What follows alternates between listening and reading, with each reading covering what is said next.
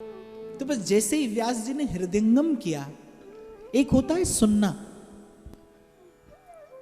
एक होता है श्रवण करना। व्यास जी ने सुना नहीं, व्यास जी ने श्रवण किया। एक उद्देश्य लेकर सुनने को श्रवण करना कहते हैं। एक है केवल कान से सुनना। एक बार एक राजा के पास एक कठपुतली बेचने वाला आया, बड़ी सुंदर कठपुतलियां, दो एक सी। उसने कहा महाराज एक 5 की है, एक 500 की है, बिल्कुल एक सी कठपुतली, एक सी। तो राजा ने कहा ये एक सी कठपुतली, एक 5 की एक 500 की, ऐसे क्यों? बोले नहीं महाराज पहले खरीदिए तब तो मैं इसका रहस्य बताऊं। तो राजा ने कहा ठीक है खरीदी। अब जो वो 5 की कठपुतली थी, उसके एक कान में डाला सूत, दूसरे से निकला, और जो 500 की थी उसके एक कान में डाला, उसके सीधे हृदय तक पहुंचा। बोले महाराज ये 500 की है, ये 5 की है, दोनों में इतना ही भेद है। अब आप इसका अनुमान घर जाके लगाना, आप 5 वाली हो के 500 वाली। सामान तो उसने एक ही लगाया है सबको बनाने में, इसका अनुमान आप लगाना कि आप 5 की कठपुतली हो के 500 की। एक उद्देश्य लेकर श्रवण करना है, अवसर और उसका सदुपयोग। और ध्यान रखना, अवसर का सदुपयोग करने वाला पुनः अवसर पाता है, बार बार मिलता है उसको अवसर। और जो उपयोग न कर पाए, प्रकृति उसके मार्ग में अवरोध उत्पन्न करती है। व्यास जी ने श्रवण किया, सुनते ही सिद्धांत हृदयंगम हुआ, मन का संशय भागा, और मन की दुविधा दूर होते ही जो वस्तु में ढूंढी जग में, सो वस्तु घट भीतर पाई। बड़े भाग में सतगुरु पाया और मन की दुविधा दूर भगाई। और बड़े सरल शब्दों में कहूं तो शायद व्यास जी ने सुख पाया, सुख पाया रह तेरी सुख पाया। कहे नानक गुरु बंधन काटे, बिछुरत आन मिलाया, ठाकुर तुम शरणाई आया। अब व्यास जी ने दंडवत प्रणाम महाप्रभु को किया और भागे। नवलदास जी ने कहा कि व्यास जी कहां भागे जा रहे हैं? बोले महाप्रभु ने कहा देखो कहां जा रहे हैं। तो वह नीचे जमुना जी के बिल्कुल किनारे पे वो 5 बैलगाड़ियां पोथियों से लदी खड़ी थी। अब व्यास जी क्या करते हैं, पोथी निकालते हैं 2-2 4-4 और जमुना जी में डालते हैं। नवलदास जी ने कहा व्यास जी क्या करे, कितना परिश्रम किया, वहां से यहां तक लेकर आए, अब जमुना जी में डालते हैं, अरे किसी और के काम आ जाएगी। व्यास जी ने कहा अरे हमारा ही काम बिगाड़ा आज तक इन्हीं पोथियों ने, अब किसी और के क्या काम आएगी। बोले व्यास जी ने कहा अब यही तो समझ में आया कि जीव के काम अगर कोई आता है तो वो केवल श्री कृष्ण आते हैं। बाप बड़ा ना भैया, सबसे बड़ा कन्हैया, रुपया नहीं, सबसे बड़ा कन्हैया। बिगड़ी बात बनेगी अगर कभी तो उतर गयो मेरे मन का संशय, उतर गयो मेरे मन का संशय, जब तेरा दर्शन पाया, ठाकुर तुम शरणाई आया। बस उसी घड़ी जब महाप्रभु ने कहा कि व्यास जी इस संसार में भगवान का अगर कोई एकमात्र प्रमाण है तो वो भगवान का भक्त है, और मैंने तो अपने मन में जान लिया है, मान लिया है, पहचान लिया है, यह जिए जान श्याम श्यामा पद कमल संगी सिरनायो। और बस भक्तों के चरणों में समर्पण करके व्यास जी मैं तो निर्भर हो गया हूं, निश्चिंत हो गया हूं। बस व्यास जी को मंत्र मिल गया, व्यास जी को मंत्र मिल गया। एक बात आपको निवेदन करता हुआ आगे बढ़ूं कि एक विचार भी मंत्र हो सकता है, एक शब्द भी मंत्र हो सकता है, एक भावना भी मंत्र हो सकती है। मंत्र केवल शब्द से हो ऐसा आवश्यक नहीं है, और शिष्य की योग्यता देखकर मंत्र दिया जाता है। सभी के लिए एक जैसा मंत्र नहीं होता, सभी के लिए एक जैसी पद्धति नहीं होती, योग्यता के अनुकूल अनुरूप मंत्र दिया जाता है। शब्द का समूह ही मंत्र हो ऐसा आवश्यक नहीं। मंत्र का अर्थ क्या है? जो मन को तर कर दे, द्रवित हो जाए, जिससे मन द्रवित होना अर्थात जो मन की जड़ता दूर कर दे, जो चित्त की जड़ता दूर करे, वही मंत्र है। मंत्र जो मन को तर कर दे, द्रवित कर दे, उसी का नाम मंत्र है। वो नाम हो सकता है, भाव हो सकता है, विचार हो सकता है, शब्द हो सकता है, और हाँ मंत्र भी हो सकता है। और कुछ भी ना हो, इनमें से कुछ भी ना हो तो वो आपके लिए आपके गुरु का संकल्प भी हो सकता है। वो आपको कुछ ना दे, वो मौन होगा। तेरे दरबारे आला की निराली शान ये देखी, सखावत खुद तेरी गलियों में चक्कर काटती देखी, पसारा जिसने भी दामन तेरे दरबारे आला में, तुझे देते नहीं देखा मगर झोली भरी देखी। साधु कृपा करता है, खबर नहीं पड़ती, उसका स्वभाव है। जैसे जीव देता है तो कितना गाता है। मंदिर में पंखा हो तो पूरे खानदान का नाम लिखा रहता है उस पे। एक पंखा दो, वो पूरे बाप दादा का नाम पंखे पे लिखा रहता है। बड़े बड़े पत्थर लगे रहते हैं मंदिर में। एक बात ध्यान रख लेना बाबू, आपने पत्थर लगाया, जब तक पत्थर रहेगा तब तक आपको इस संसार में आना पड़ेगा, क्योंकि आपकी चोरी का प्रमाण है वहां। देनहार कोई और है, जो भेजत दिन रैन, लोग भरम हम पर करें, तांसों नीचे नैन। और ये मेरा वाक्य नहीं है, मैंने अपनी बात नहीं की।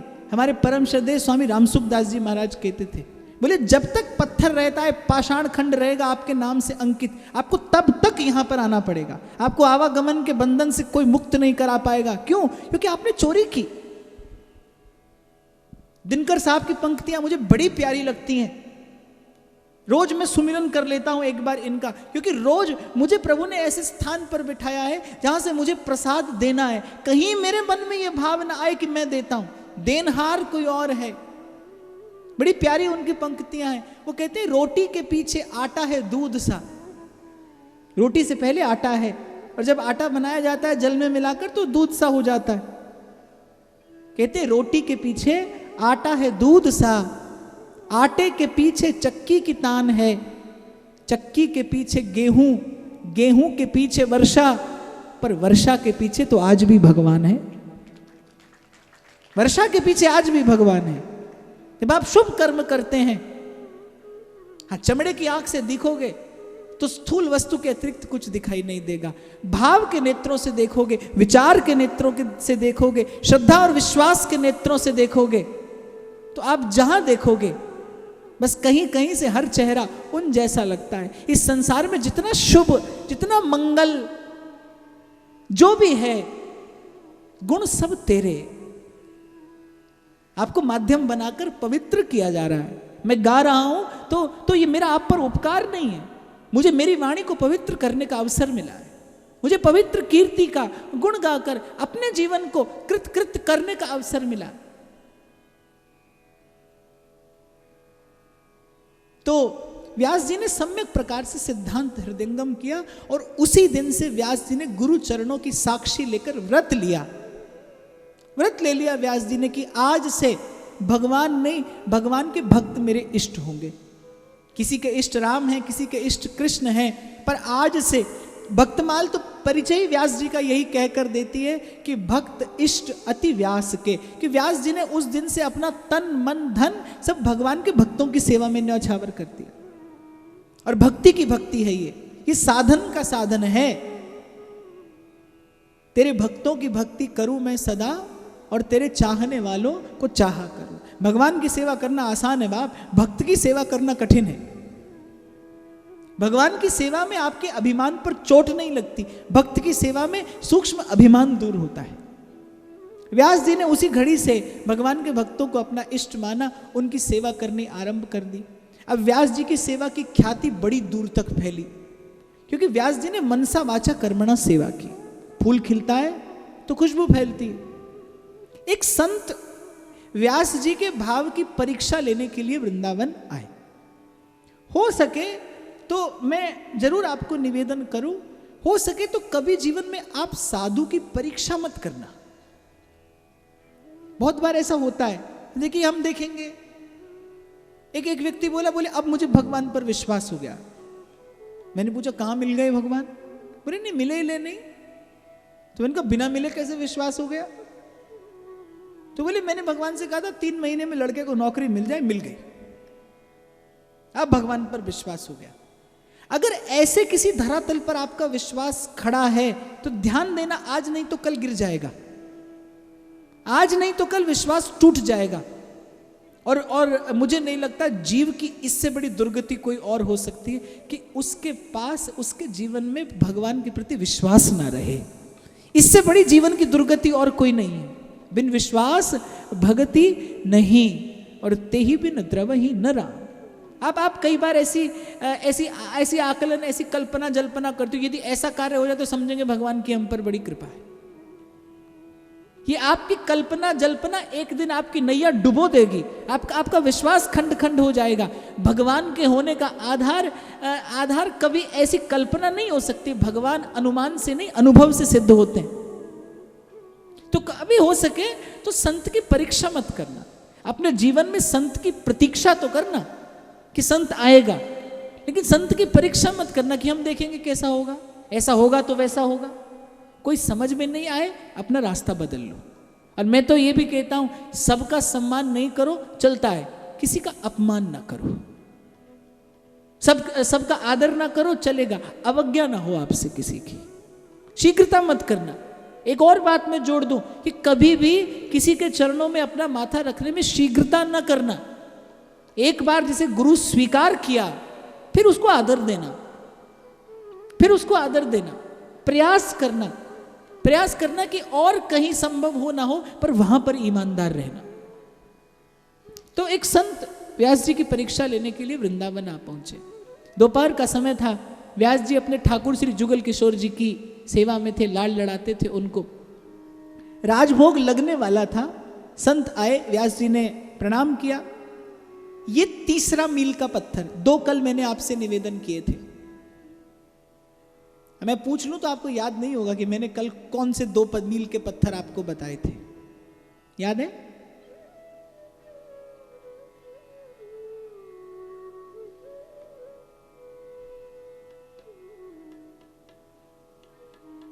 पहला तो मैंने शांति कहा था,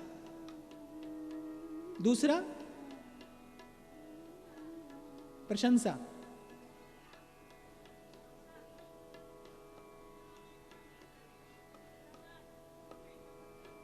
नम्रता। अच्छे श्रोता हैं नागपुर के भाई, याद है आपको। तीसरी बात कि साधु को देखते ही आज के दिवस पे जाऊं बलिहारा, मेरे घर आया राजा राम जी का प्यार, करूं आरती चरण पखारूं, तन मन धन संतन पे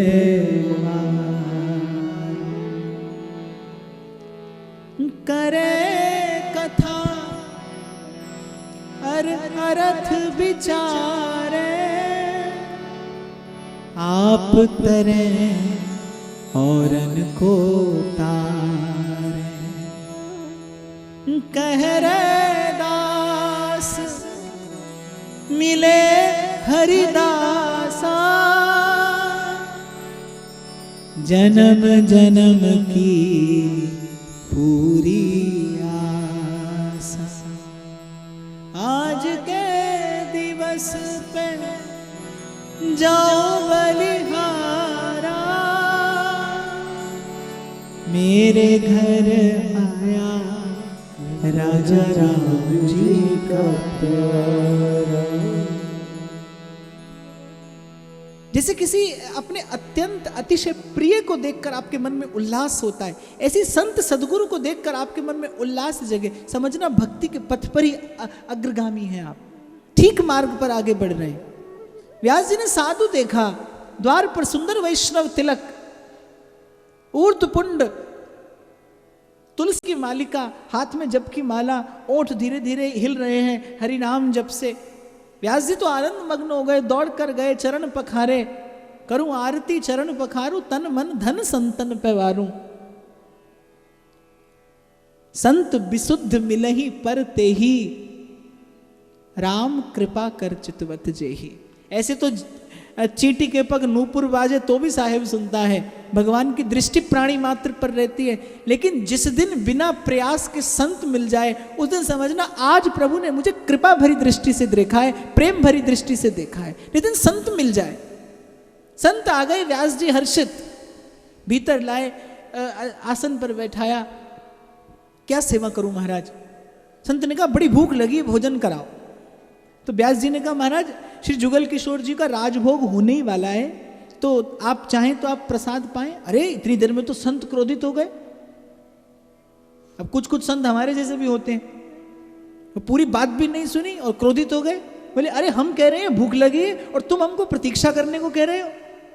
तो व्यास जी ने आज्ञा दी। व्यास जी ने कहा कि जो थाल जुगल किशोर जी के लिए जा रहा है वही थाल संत भगवान को परोस दिया जाए। बोले जुगल किशोर जी तो थोड़ा धीरज धर लेंगे, महाराज को बड़ी भूख लगी, पहले इन्हें पवाओ।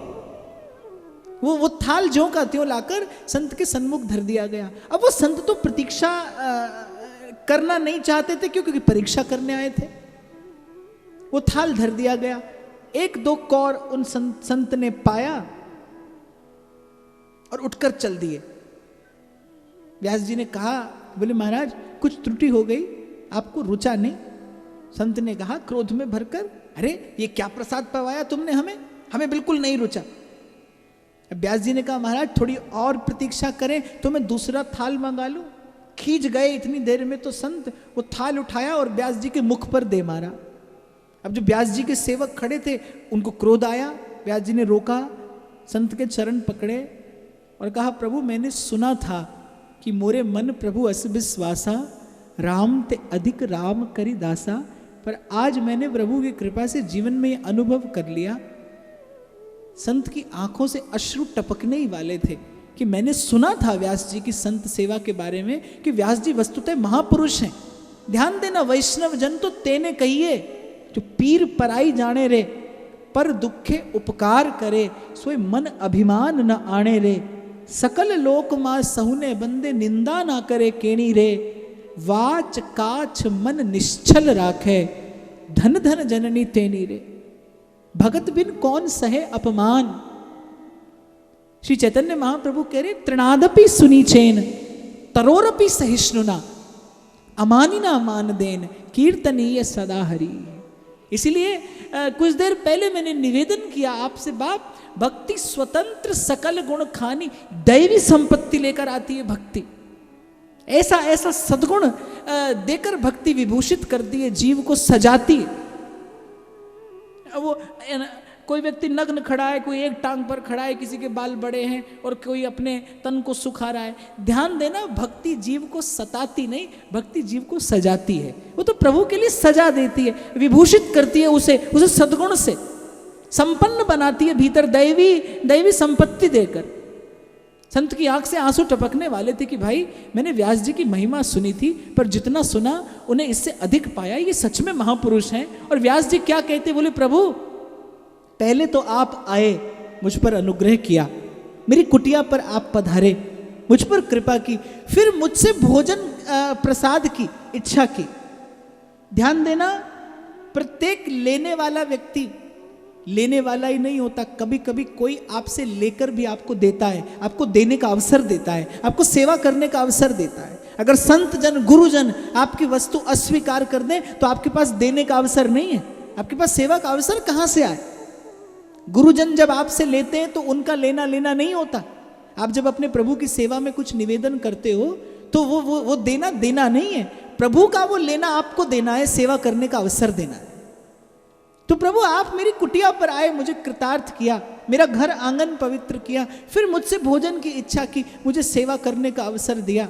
मैं अपराधी हूं, मैं आपकी रुचि का भोजन आपको नहीं पवा सका, और जाने ये थाल यूं ही धर देता, आपने अपनी सीथ प्रसादी अपने हाथ से उठाकर मेरे मुख में डाल दी। इससे बड़ा कृपालु और कौन हो सकता है। चरणों में पड़ गए व्यास जी, लज्जित हो गए वो साधु, व्यास जी को हृदय से लगाया। बोले व्यास जी मैं तो आपके भाव की परीक्षा लेने के लिए आया था, पर आनंद है, मुझे बड़ी प्रसन्नता है कि ये धरती आप जैसे संतों का चरण स्पर्श प्राप्त कर रही है। मैंने जो सुना उससे कहीं अधिक पाया आपको।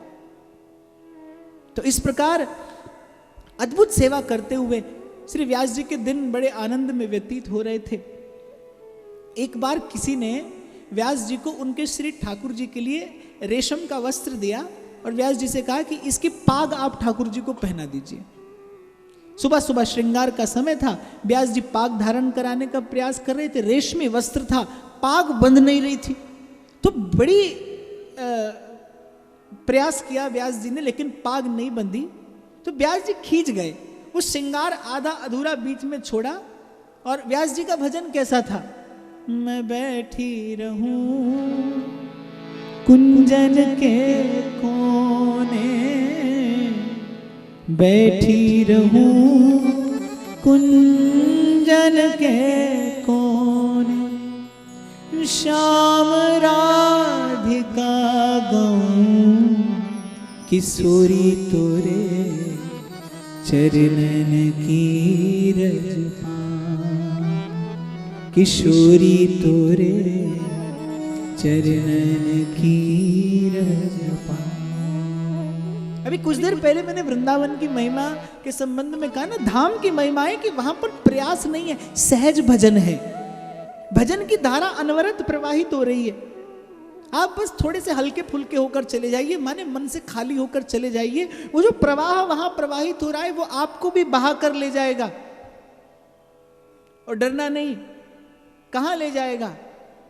जहां विराजे राधा रानी, जहां विराजे राधा रानी, अलबेली सरकार कन्हैया ले चल परले पार।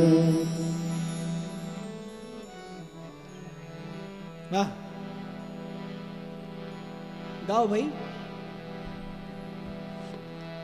जहां विराजे राधा रानी, जहां विराजे राधा रानी, अलबेली सरकार कन्हैया ले चल पल्ली पार, कन्हैया ले चल पल्ली पार।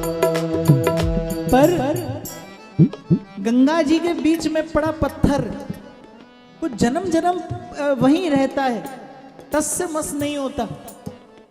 परिणाम क्या आता है? उस पर कीच जम जाती है, दुर्गंध आने लगती। और वहीं आप एक पुष्प डाल दीजिए गंगा जी की धारा में, वो हल्का फुल्का पुष्प वो धारा के साथ बहता बहता हो सकता है समुद्र में जाकर मिल जाए। इसलिए मैंने कहा भजन की धारा तो वहां प्रवाहित हो रही है।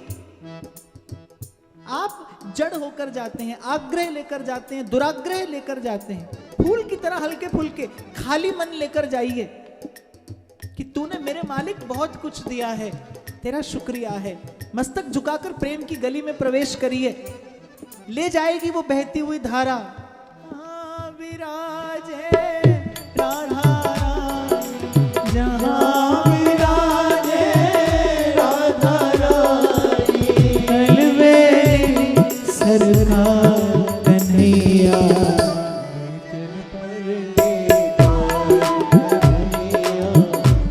चल परले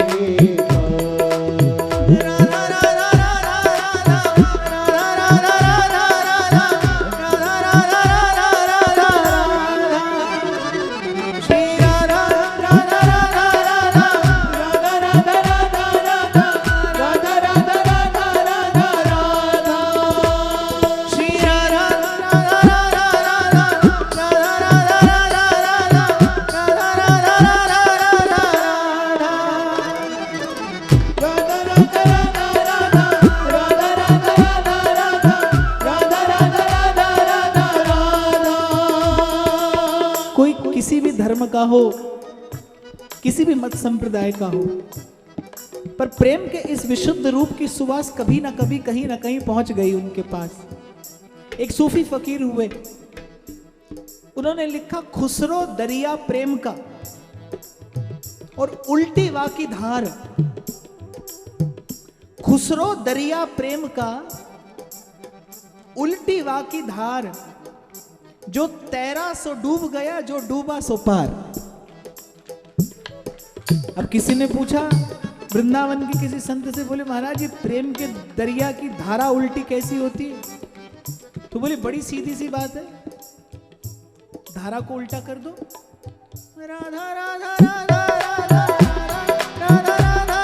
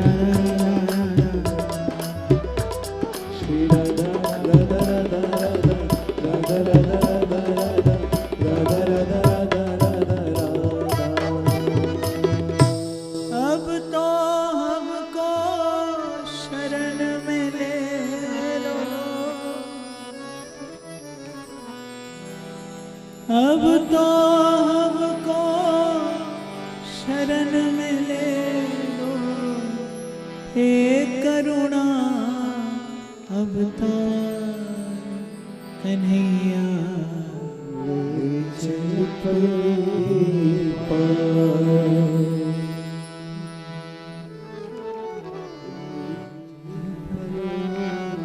तो बस सेवा कुंज की किसी लता की छाया में जाकर बैठे व्यास जी, और वृंदावन की तरु लताएं क्या हैं? जैसे जल से भरा हुआ बादल होता है ना, नेक सी धरती तपे और वो बरस पड़े, ऐसे ही वृंदावन की किसी तरु लता की छाया में नेक सा कोई प्रेमी हृदय तपे और वो रस बरसा दे। छबीली वृंदावन की बे जय जय जय श्री वृंदावन, छातर करे जुगल रस के जय जय जय श्री वृंदावन। एक एक लता को श्री किशोरी जी ने अपने कर कमलों से सींचा है, अपनी स्नेह दृष्टि से उसका पोषण किया है। वृंदावन की सीमा में केवल एक ही तत्व का प्रवेश है, न स्त्री न पुरुष। जीव गोस्वामी पाद ने मना कर दिया, मैं स्त्रियों से नहीं मिलता। मीरा जी ने कहा वृंदावन में पुरुष कहां से आया? परम पुरुष मेरे नंद नंदन हैं और सकल ब्रज नारी। ये वृंदावन में दूसरा पुरुष कहां से आया? और जैसे ही जीव गोस्वामी पाद ने सुना, दौड़ कर गए, समझ गए कि द्वार पर स्त्री नहीं, द्वार पर भक्ति खड़ी है, द्वार पर भक्ति मूर्त होकर खड़ी है। वृंदावन में किसी अन्य भाव का प्रवेश नहीं, जाता ही नहीं। और प्रेम गली अति सांकरी, आप भी किसी के साथ जाओगे तो आपका प्रवेश नहीं है। तामे दो न समय, धाम की महिमा है। सूत्र कि प्रेम की धारा प्रवाहित है वहां, आप हल्का सा फूल बन के पड़े तो आप पहुंच जाएंगे समुद्र तक, भाव समुद्र तक, रस समुद्र तक। किंचित भी जड़ता लेकर आप गए तो डालकर देखना जल की धारा में पत्थर, वो कहीं आगे नहीं बढ़ेगा, वो वहीं का वहीं पड़ा रहेगा, कीच जमा कर लेगा अपने ऊपर जल के संग से। तो कहां थे हम लोग?